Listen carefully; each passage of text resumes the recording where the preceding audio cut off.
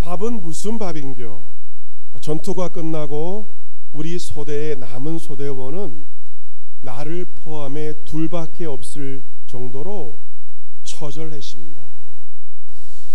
이 말은 6.25 한국전쟁에 참전했던 올해 94살의 울산 동구 전화동 출신의 최용조 할아버지의 증언입니다. 최용조 할아버지는 6.25 전쟁 때 가장 치열하였던 낙동강 방어전 최대 격전지 중 하나로 꼽히는 안강지구 전투에 참여하신 참전 용사입니다. 6.25가 발발하고 몇 달 뒤에 경남 방위대에서 나와서 울산의 마을마다 젊은 청년들을 징집했습니다. 최 할아버지도 친구들과 같이 트럭을 타고 전쟁에 참전하게 되었습니다. 아침에 시내 삼산에 나가서 우리가 교회가 있는 삼산볼로 와서 엎드려 쌓아 사격 연습, 그리고 총분해 결합법 정도만 배우고 나서 오후에 전투에 투입된 것입니다. 반나절 훈련받고 전투에 투입이 된 것입니다. 안강들에 가보니 전투가 이미 벌어져 있었다고 합니다. 논두렁에 숨어서 있다가 소대장이 돌격 앞으로 라고 외치면 총을 들고 일제히 야하고 앞으로 뛰어나갔습니다.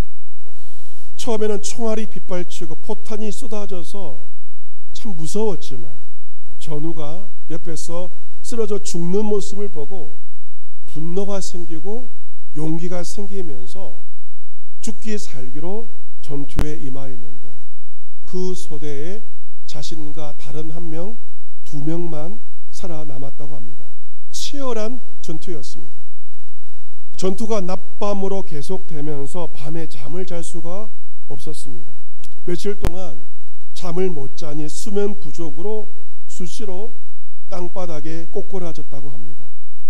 수시로 이동을 해야 되니 밥 먹을 새가 없었습니다. 배가 고파서 콩을 볶아 주머니에 넣어놓고 그것을 먹으면서 허기를 달래곤 했습니다. 생사를 넘나드는 전투의 현장에 있다가 제대하고 집에 왔을 때 어머니가 아이고 우리 아들 살아서 왔네 라고 했던 말이 지금도 생생하게 기억에 남는다고 합니다. 최용조 할아버지는 6.25 한국전쟁 당시 많은 사람들의 희생이 있었기에 지금의 대한민국이 있다는 점을 젊은 사람들이 알아주었으면 하는 바람을 가지고 있습니다. 우리가 대한민국이 자유를 누리고 주일날 신앙의 자유가 있는 것이 저절로 된 것이 아니라 누군가가 70년 전에 목숨을 바쳤기 때문이었음을 우리는 잊지 말아야 할 것입니다. 오늘 6.25 전쟁 73주년 기념일입니다. 73년 전 주일, 그날도 주일이었습니다. 주일날 새벽에 전쟁이 시작되었고 3년 동안 전쟁은 계속되어졌습니다. 전쟁은 우크라이나에서 계속되고 있는 것을 우리가 듣게 됩니다. 2022년 2월 24일 러시아의 침공으로 시작된 전쟁은 지금도 1년 넘게 계속되고 있습니다.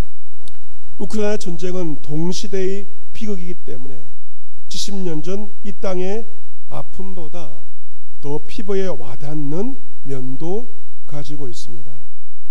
우크라이나 땅에 폭탄이 쏟아지고 이로 말미암아 통신망이 끊어져 버렸습니다.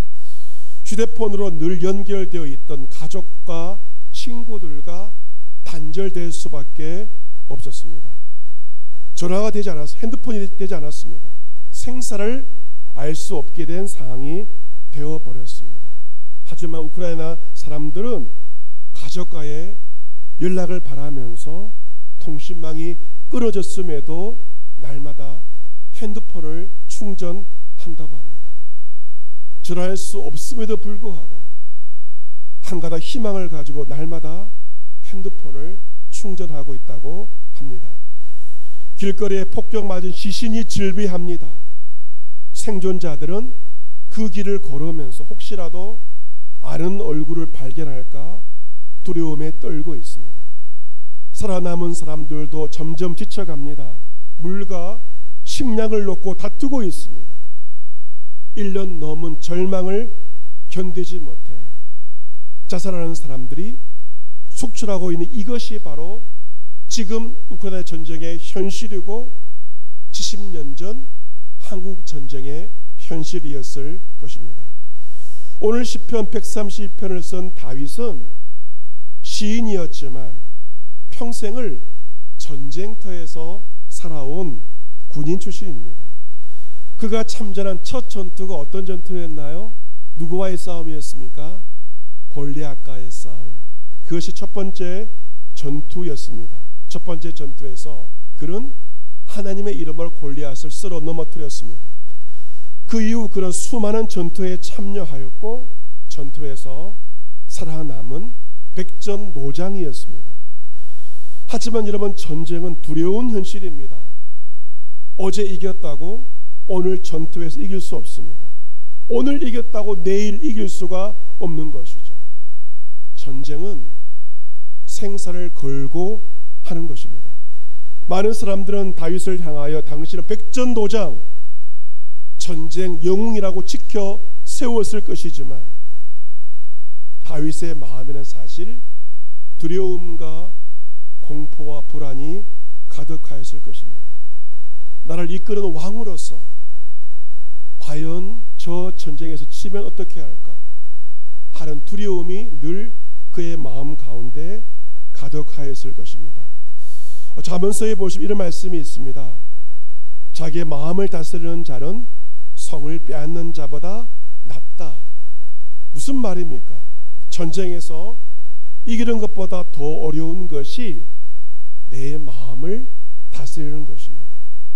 다윗의 마음은 두려움과 불안이 가득하였을 것입니다. 그런데 오늘 본문 시편 131편 1절에서 다윗의 생각이 바뀌어지는 놀라운 고백을 하고 있습니다. 1절 말씀 우리 같이 한번 읽어보도록 하겠습니다. 같이 읽습니다. 시작. 여호와여, 내 마음이 교만하지 아니하고 내 눈이 오만하지 아니하오며 내가 큰 일과 감당하지 못할 놀라운 일을 하려고 힘쓰지 아니하나이다. 아멘. 백전노장, 전쟁 영웅 다윗의 삶에 큰 변화가 생겼습니다. 어떤 변화입니까? 그런 말합니다. 더 이상 내 마음이 교만하지 않고 내 눈이 오만하지 않습니다. 그 마음을 고백하고 있습니다. 또한 그런 말합니다. 내가 더 이상 큰 일과 내가 감당하지 못할 놀라운 일을 하려고 힘쓰지 않겠습니다. 라고 고백을 하고 있습니다. 왜 다윗이 평생을 살면서 큰 일을 하려고 애썼을까요? 왜 감당하지 못할 놀라운 일을 하려고 그가 힘을 썼을까요? 그 이유는 바로 그의 마음 때문이었습니다. 그의 마음은 교만한 마음이었고 그의 눈은 오만하였던 것입니다. 이제 다윗은 마음의 교만을 내려놓고 눈의 오만함까지 내려놓습니다. 다윗의 교만한 마음과 오만한 눈이 바뀌어지자 다윗의 삶이 바뀌어지고 마음이 바뀌면 삶이 바뀝니다. 이제 다윗은 어떤 일을 하려고 애쓰고 있습니까? 과거에는 큰 일을 하려고 애썼지만 이제 그는 작은 일에 집중합니다. 과거에는 놀라운 일을 하려고 애썼지만 이제 그는 작은 일, 자신이 감당할 수 있는 그러한 일을 하려고 애를 쓰려고 합니다. 과거에 너무도 하찮게 보였던 평범해 보이고 시시해 보이는 그 일을 하려고 다윗이 애쓰고 있습니다. 다윗은 교만한 마음에서 겸손한 마음으로 바뀌어지게 되자 그는 소소한 즐거움 그리고 작은 곳에서 행복을 찾으려고 하는 것입니다. 절기상 하지가 이미 지났습니다. 낮과 밤이 이제 바뀌어지는 그러한 하지가 지나게 되었는데 이 하지가 지나게 되면 핵감자가 나오게 됩니다. 우리 교회에서 우리 권사님께서 텃밭을 하시는데 텃밭에서 핵감자를 수확하신 권사님께서 교회 감자를 가져오셨습니다. 어제 주담 깔끔히 팀원들이 교회를 다 청소를 늘 하고 계시는데 어제 역시 청소를 하시고 청소를 한 다음 핵감자를 쪄서 먹게 되었습니다. 참 맛이 있었습니다. 어제 제가 설교 준비를 하면서 그 핵감자로 점심을 때우려고 하였는데 주일 밥을 준비하기 위해 교회에 나오신 권사님들이 전화를 주셔서 교회 식당에 내려오라고 하셨습니다.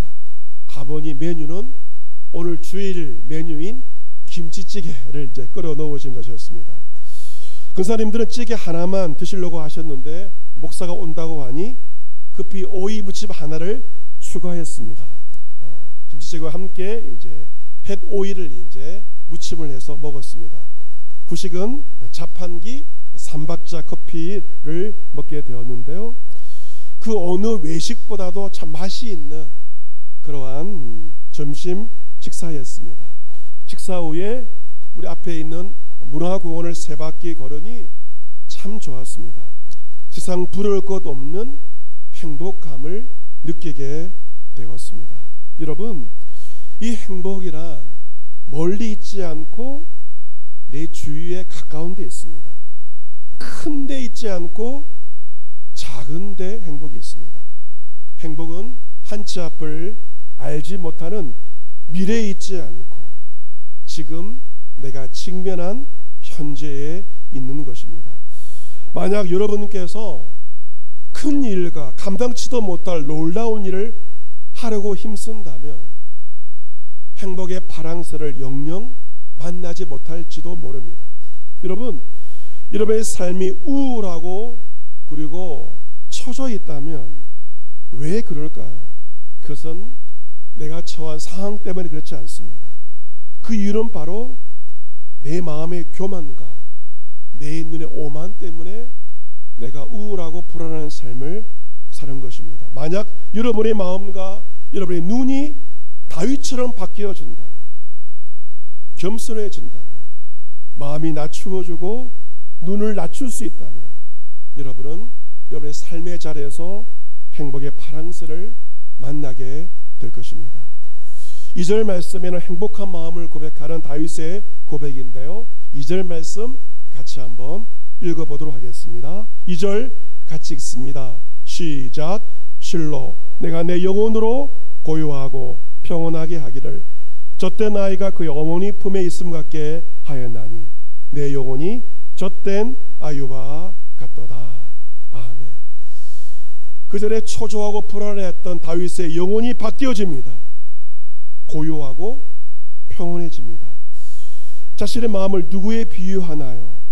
어머니 품에 있는 젖된 아이의 비유를 하고 있습니다. 여러분, 다윗이 비유를 하고 있는 그 아기가 젖먹이 아이인가요? 젖된 아이인가요? 젖된 아이입니다.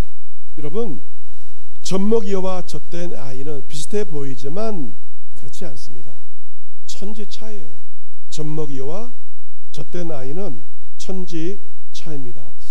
재수를 해봐야만 인생을 안다. 대학 들어가니까 재수한 친구들이 이야기하였는데 이 젖먹이와 젖된 아이는 비슷해 보이지만 천지 차이입니다.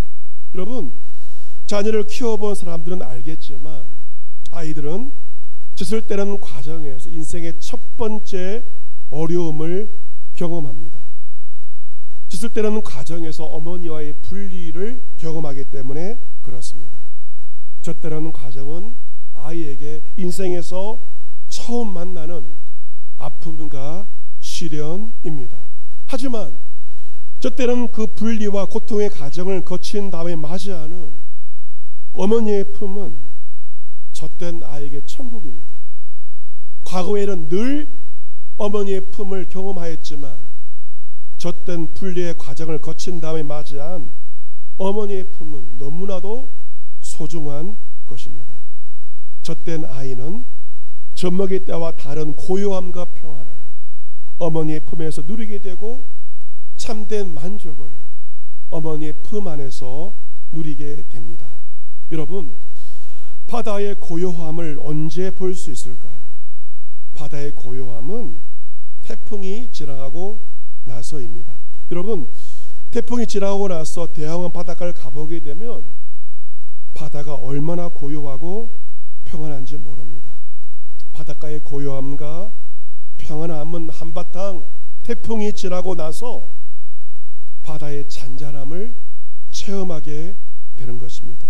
한바탕 태풍이 지나갔기에 바다의 고요함에 우리는 감사의 마음을 가지게 됩니다. 인생도 마찬가지입니다. 인생에 많은 태풍이 지나가죠. 인생의 태풍을 지나감을 경험을 통해서 우리는 참된 영혼의 고요함과 평안을 누리게 됩니다. 여류 시인 중에 신달자 시인이 있습니다. 여러분도 아마 신달자 시인의 시집을 읽어본 적이 아마 있을 것입니다. 신달자 시인은 대학 교수를 하면서 많은 작품 활동을 한 사람인데, 그녀의 삶은 35살 젊은 나이죠. 그 나이에 남편이 쓰러져서 그녀는 무려 24년간 남편의 병수발을 하게 됩니다. 사람이 몸이 힘들게 되면 예민해지게 되고 그리고 가족들에게 짜증을 부리게 마련입니다. 24년 동안 병든 남편 때문에 단 하루도 편할 날이 없었습니다. 하루도 조용할 날이 없었습니다. 병든 남편은 아내와 다른 가족들을 너무도 괴롭혔습니다. 만약 아버지가 그렇게 20년 넘게 누워 계셨더라면 도망갔을 것이라고 말합니다. 하지만 세 딸과 세 아이의 엄마였기에 이를 악물고 총대를 맸습니다. 하지만 죄도 많이 지었다고 합니다. 왜 이 사람이 안 죽고 나를 괴롭히나 하지 말아야 할 생각을 한 적이 수없이 많았다고 합니다. 하나님께 수없이 원망을 퍼부었습니다. 절망하고 끌어안고 절망하고 끌어안고 그렇게 하다 보니 어느새 24년이 지났고 남편은 그녀의 무릎에서 숨을 거두었습니다. 남편이 숨을 거두면서 나는 최선을 다했구나, 나의 책임을 다했구나 하는 생각을 하게 되었고 24년 병수발을 하고 나서 남편을 보내고 나서야 참된 평온함과 평화를 느꼈다고 합니다. 만약 24년 동안 희생하지 않았더라면 홀가분하게 털어내지는 못했을 것입니다. 그렇게 희생하면서 40고비 신고비를 넘어가자 60살에 이번엔 병마가 그녀를 찾아왔습니다. 유방암 수술을 받고 33번의 치료를 받았습니다. 하나님, 왜 나에게만 잔인하십니까? 절규하기도 하였습니다. 하지만 그것이 자신의 십자가였음을 알게 되었고 십자가란 어깨에서 내려놓으려고 안간 힘을 쓰는 것이 아니라 그냥 묵묵히 지고 가야 하는 것임을 그녀는 깨닫게 되었습니다. 이러한 인생을 살아온 그녀가 올해 나이 80에 쓴 시집이 제목이 재밌습니다. 전쟁과 평화가 있는 나의 부호이라고 하는 제목의 시집을 썼는데 참 시가 내용이 참 좋았습니다. 그녀는 80인데도 현역으로 시를 쓰고 있는 것이죠. 이 부엌에 전쟁과 평화가 함께 있다는 것이고 이 전쟁의 핵심은 먹는 일이며 그리고 이 부엌은 바로 전쟁과 평화를 통하여서 먹거리를 제공한다. 그러한 내용을 그 시가 담고 있습니다. 오늘 교회 점심 메뉴가 뭐라고 그랬죠? 맛있는 김치찌개입니다. 여러분, 이 김치찌개가 그냥 된 게 아닙니다. 어제 권사님들이 교회에 와서 양파와의 전쟁을 하였습니다. 범죄와의 전쟁이 아니라 무엇과의 전쟁? 양파와의 전쟁. 맛있는 찌개를 만들기 위해서 누군가가 눈물을 흘렸고 콧물을 흘렸습니다.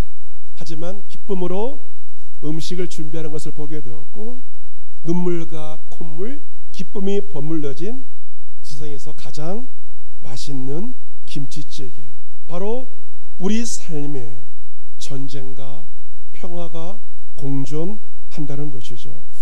보면 3절에서 다윗은 결론적으로 고백합니다. 3절 같이 한번 읽어보도록 하겠습니다.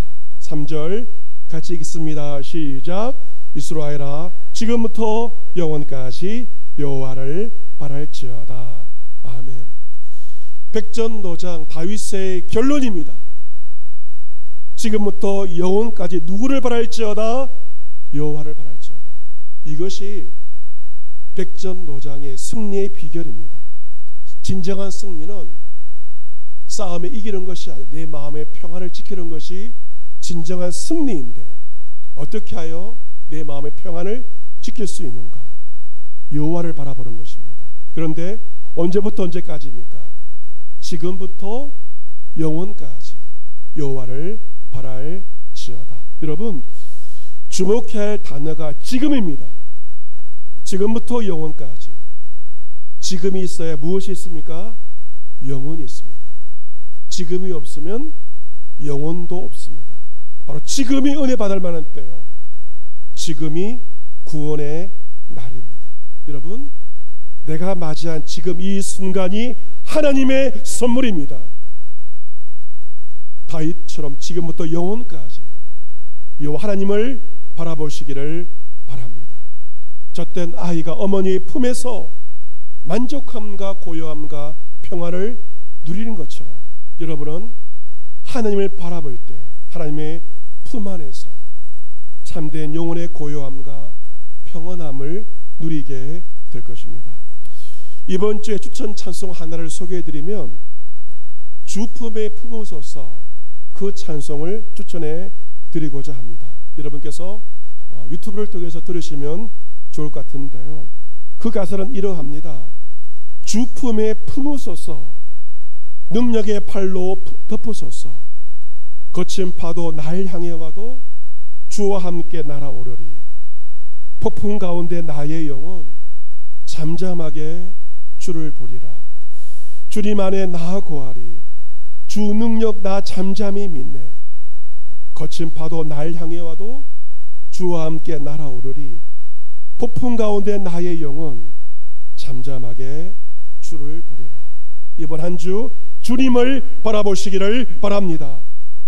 주는 어떤 분이십니까? 이사야 49장에 여인이 어찌 그 젖먹는 자식을 잊겠으며 자기 태에서 배에서 난 아들을 국률이 여기지 않겠느냐. 그들이 혹시 잊을지라도 나는 너를 잊지 아니할 것이다. 육신의 부모가 자식을 어찌 잊겠습니까? 그런데 여인이 젖먹는 자식을 잊는다 할지라도 하나님께서 나를 잊지 않으신다. 너를 나의 손바닥에 새겨놓았다. 하나님의 사랑을 말씀하고 있습니다. 여러분께서 올 상반기를 살아오시면서 영혼의 고요함과 평안을 왜 놓쳐버린 것입니까? 하나님을 바라보지 못하고 사람들과 현실을 바라보았을 때 여러분은 고통스러운 상반기를 보내었을 것입니다. 하지만 이제 여러분이 하나님을 바라볼 때, 그 품 안에 거할 때 다윗처럼 여러분의 영혼이 고요하고 평안함을 누리게 될 줄로 믿습니다. 우리 세상을 살아오면서, 지금까지 인생을 살아오면서 이미 산전수전 공중전을 다 겪었습니다. 하지만 인생의 전투는 끝나지 않았고 여전히 계속되고 있습니다. 우리는 이번 한 주도 저마다의 전투의 현장에서 우리는 살아가야 합니다. 남편은 남편대로 싸워야 할 싸움이 있습니다. 사업을 하고 직장 생활이 만만치가 않습니다. 아내는 아내대로 싸워야 할 후방에서의 싸움이 있어요. 남편이 전방에서 싸운다면 아내는 후방에서 살림을 꾸려가면서 여전히 싸우고 있습니다. 자식들대로 힘겨운 싸움을 싸우고 있지 않습니까? 가족은 전우입니다. 적이 아닙니다. 함께 싸워야 할 전우이며 우리 성도들도 함께 싸워야 할 전우들입니다. 이제 이번 주부터 장마가 시작되었습니다. 날씨가 매우 더울 것입니다. 밤에 잠을 잘 때도 모기 와도 우리는 전쟁을 벌여야 합니다. 전쟁 같은 우리의 삶이라 할지라도 다윗처럼 하나님을 바라보며 그 품 안에 거함으로 영혼의 고요함과 평강을 누리면서 살아가는 이런 모두가 될 수 있기를 기원합니다. 아멘.